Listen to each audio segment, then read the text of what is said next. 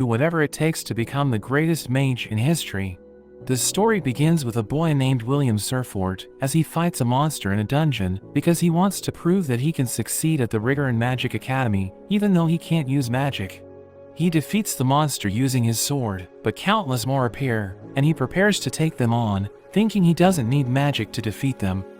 A professor named Edward Seraphins teaches a class at the academy, and he tells William to come to the front.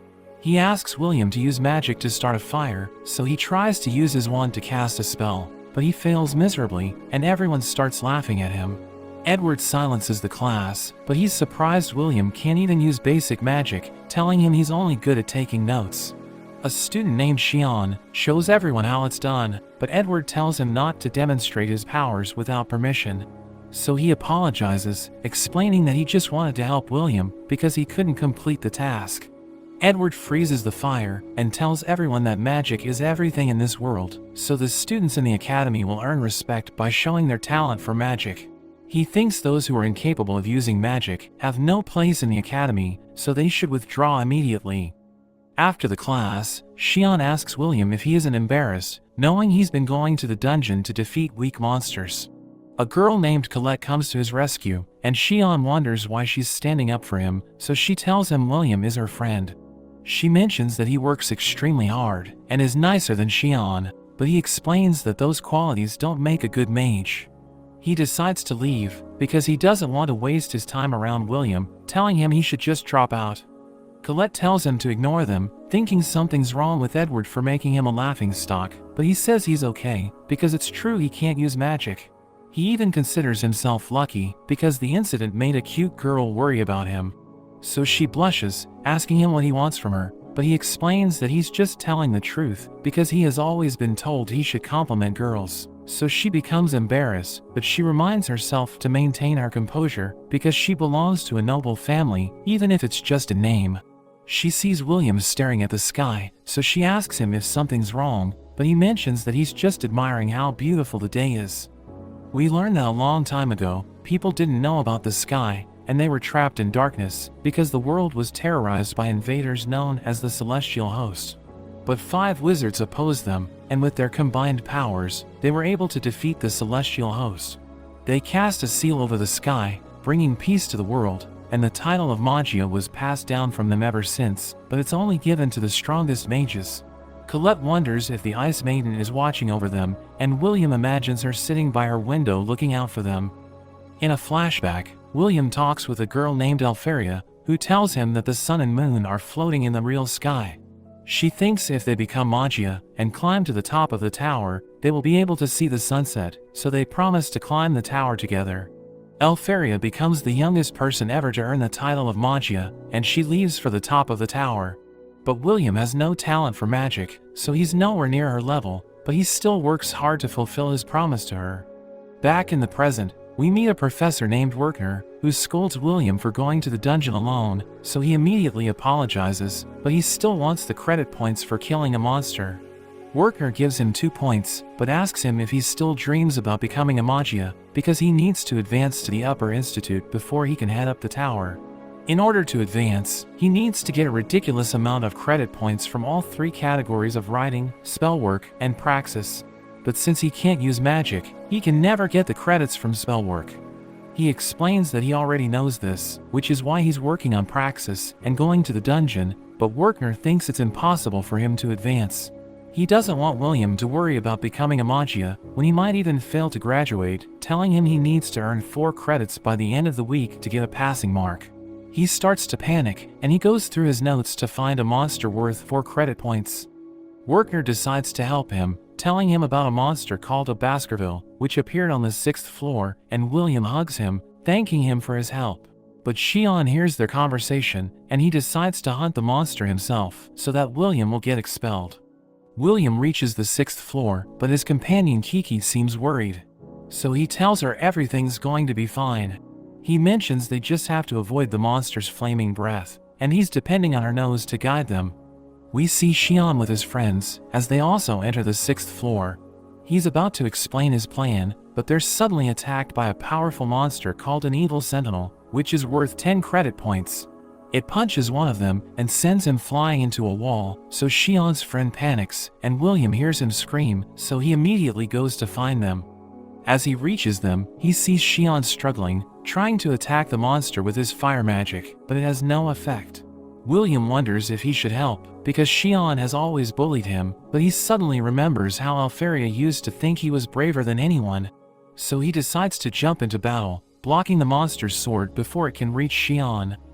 Meanwhile, Edward approaches Werkner, telling him to use his familiar to find Shion's group, because they went into the dungeon without permission. He wonders what floor they're on, so Edward reveals that they're on the 6th floor, and Werkner tells him to relax, because William is also there. William fights the monster head-on, and he manages to land a hit, but it fights on, smashing the ground. He moves around it with ridiculous speed, and he manages to land a decisive blow, as Shion watches the fight, and he can't believe he's watching the same William he's been bullying. Werkner and Edward also watch the fight, and Edward is shocked by William's strength. Werkner explains that even though William can't use magic, he possesses superhuman strength and durability, and he even has the ability to understand his enemy's strategies, slashes through it, and cuts the monster in half. He asks Shion if he's okay, but he's upset because he was saved by someone with no magic, and Edward is furious because he can't believe William has a power that surpasses magic. The next day, William reports to Werkner, who gives him 10 credit points, and William is happy since he won't be expelled anymore. In a flashback to 5 years earlier, we see the students talking about William, thinking he was only admitted to the academy so they could lure Alferia. But she has already become a Magia, so he's no longer needed, and they think he's about to get expelled. He goes with Werkner, and they meet the headmaster named Cauldron, who gives him a knife, and attacks him with fire spells, but he destroys all of them. She's impressed by his skills, so she allows him to continue attending at the academy. But he starts crying, wondering if he will ever be able to reach Alferia, and she thinks it might be possible if he keeps working hard. We return to the present, as Werkner gives a lecture, and he explains the concept of ascending the tower, saying it means advancing to the upper institute to become one of the Magia at the top floor. To ascend the tower, the mages can create a new type of magic, or earn 7,200 credits from the academy. Werkner explains that most of the students use credits to advance, but he yells at them because everyone in the class is on the verge of failing.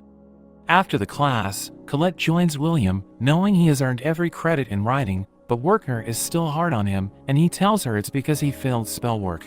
He thinks Werkner is a great teacher since he's giving them supplementary lessons, saying other professors don't even care if they fail.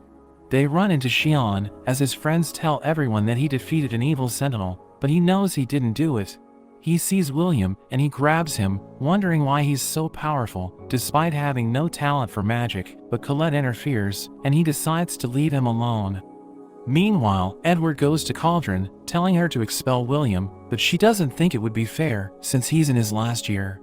Edward thinks there's no place in the academy for someone who can't use magic, so she shows him William's records, and explains that he's exceptional in everything except for magic. So even if he can't become a Magia, there are other options available for him.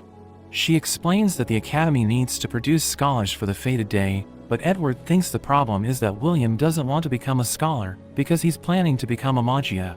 So she tells Edward to test him, and after seeing how he performs, Edward can decide what to do with him. William apologizes to Colette, because he needs to bring her with him to open his locker, but as she opens it, she sees his sword, and he mentions that he doesn't have the permission to carry it around the campus. They head to the study hall, where William starts reading about dwarves, and Colette thinks he doesn't have to work so hard, because he's already good at writing. But he knows that if he loses even 1 credit point, he won't be able to ascend the tower, and he wants to learn about the dwarves, saying he can relate to them, because they never gave up no matter the situation. Colette sees William's white hair, and thinks it's because he works too hard. She wants to pull it out, but they're suddenly interrupted by Edward, who tells William to come to the spell hall alone. As they reach the hall, Edward explains that he's going to give William a supplementary lesson, because he always fails the spellwork class. Edward starts using dark magic, telling William he needs to land a hit to pass the test, and Edward explains that if he succeeds, he will receive 5 credit points for his spellwork class, but he will have to leave the academy if he fails. Werkner goes to Cauldron, who shows him the fight between Edward and William, so he's shocked, wondering what's going on. but she forbids him from stopping them and explains that since she heard what he had to say in favor of William, she must also recognize Edward's concerns equally.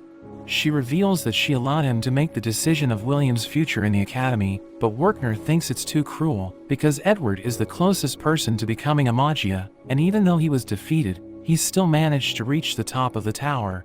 He tries to hit William with his dark magic, and William dodges the attacks, but he's shocked by how powerful it is, knowing Edward only used a low-level spell. He goes on the offensive, trying to land a kick, but Edward stops him with a barrier, thinking he's hopeless. Edward hits William with his black flames, and William is shocked by how quickly he's using his spells, because he's casting them without incantations. He tells William that he's only going to use his black flames to attack and make a shield to protect himself, saying he will make him feel despair just by using 2 spells. He starts overlapping his spells, and William tries to get out of the way, but he still gets hit, realizing he can't beat Edward, but he thinks he might have been able to put up a fight if he had his sword. Meanwhile, Colette goes to the locker room, and she thinks Edward might be torturing William. Kiki suddenly arrives, and Colette realizes she's injured, but she just claws at William's locker. We return to the fight, as Edward talks about the Battle of Goronzo, where the dwarves prepared an army of 10,000 soldiers, but it only took 1 mage to defeat them. He steps on William's head, telling him to give up on his dreams, because a sword can never become as strong as a wand, but he still wants to become a Magia. Edward wonders what's driving him so hard to achieve an impossible goal, so he mentions that he wants to be with the person he loves. He thinks William is an idiot, but he explains that even if his reason sounds ridiculous to him, he still won't give up. Colette suddenly arrives, giving him his sword, and Edward attacks with his black flames, but is surprised when William slashes through it.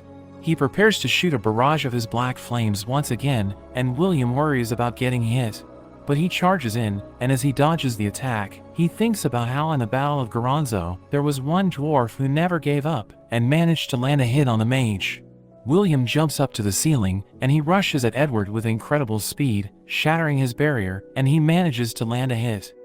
So Edward leaves, giving William the 5 credit points as promised, and Cauldron is impressed that he was able to succeed to distribute newspapers, and he trips on the stairs, but he manages to catch all of the newspapers except one. As he goes to pick it up, he sees the news that Alferia has invented a new magic, making her the first person to come up with 12 original spells. He reads on, realizing that the Upper Institute has issued an order to the Academy, and the client is Alferia herself. William goes to his dorm, and asks his roommate Rosti if he can prepare a magic item for him. He wonders why William is in such a rush, and he mentions that the order came from Alferia, so he needs to get there quickly. He explains that he doesn't have classes today, so he's going to prioritize completing the order, and Rosti wonders if the job is difficult.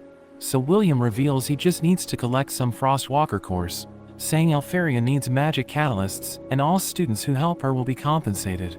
He explains that he's going to the 4th floor, which is why he needs Rosti's magic items, and he gives William what he needs.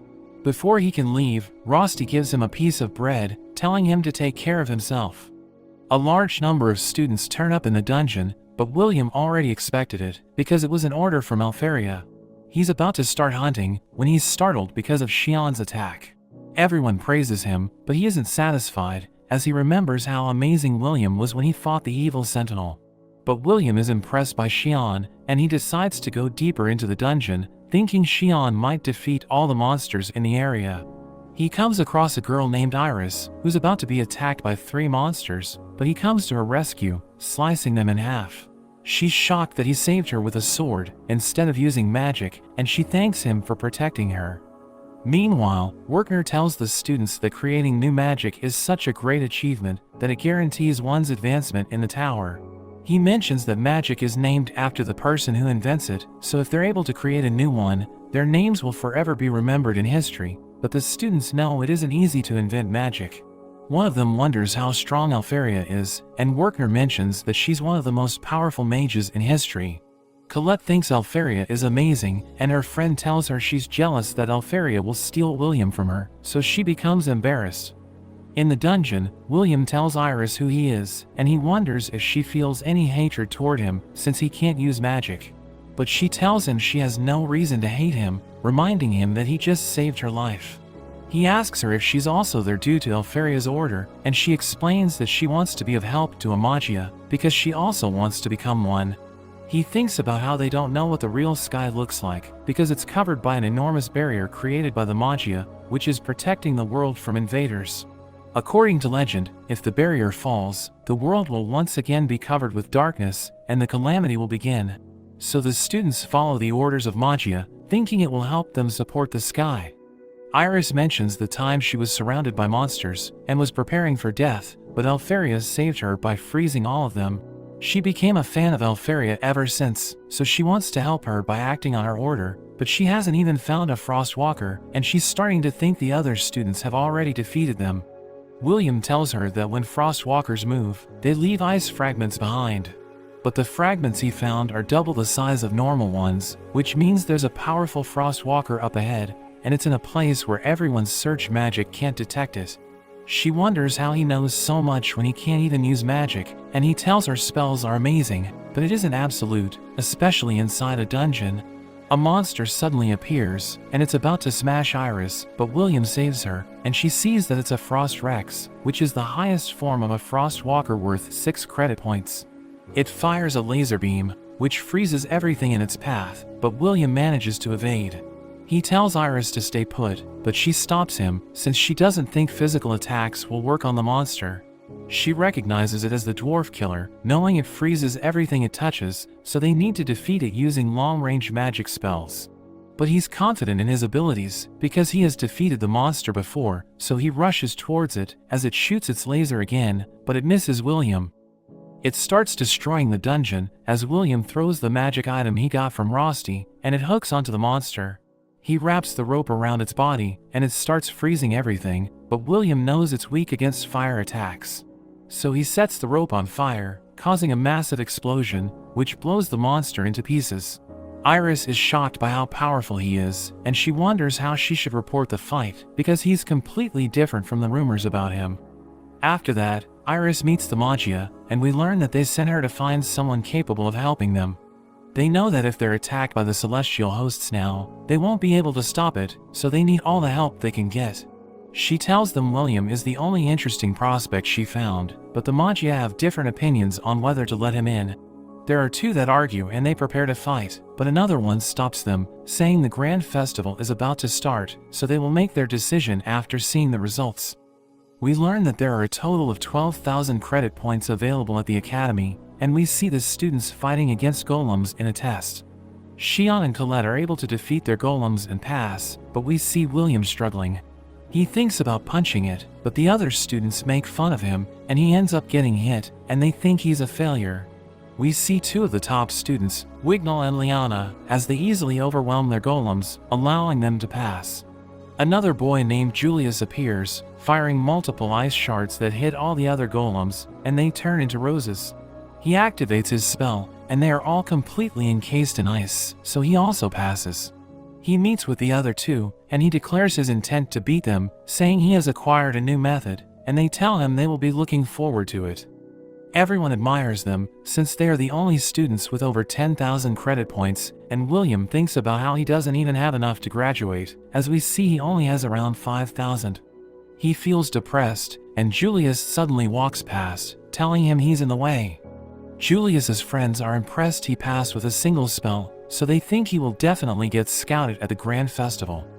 Colette has lunch with William, and she tells him the festival is also his chance to get scouted, because trying to advance without spell work is unrealistic. She mentions how it's possible to advance even if he doesn't have enough credit points, as long as he gets scouted.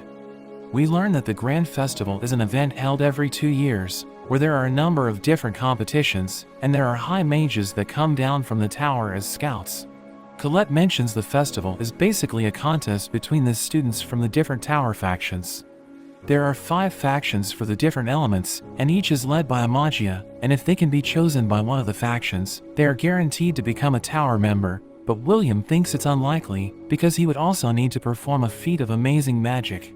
So Colette mentions there are also people called Watchers, and they are also able to take talented people to the tower, but William thinks they don't really exist.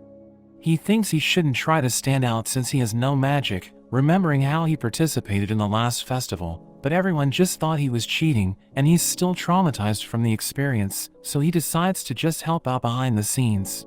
They see all the other students practicing, and Colette mentions there will also be scouts coming from other capitals, so there will be other opportunities besides going to the tower, and she tells him to promote himself. She helps him with his locker, but she suddenly senses something, seeing that someone cast a barrier along with sound-dampening magic. She gets Kiki to take a look, and she's able to dispel the barrier. They open the locker, and it turns out to lead to a hidden stairway, so they decide to check it out. We see other students inside, and they turn out to be placing bets on who will win the events of the festival. William sees that Xian is also there, and as he prepares to insult William, Colette tells him to back off. William wonders what he's doing there, and we learn he's there to see the odds on himself, and he's annoyed that everyone only cares about the top 3. He mentions he's only behind them because he lost some credits in the writing exams, but he thinks he's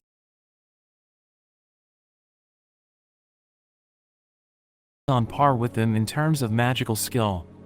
After their next class, Colette asks William if he's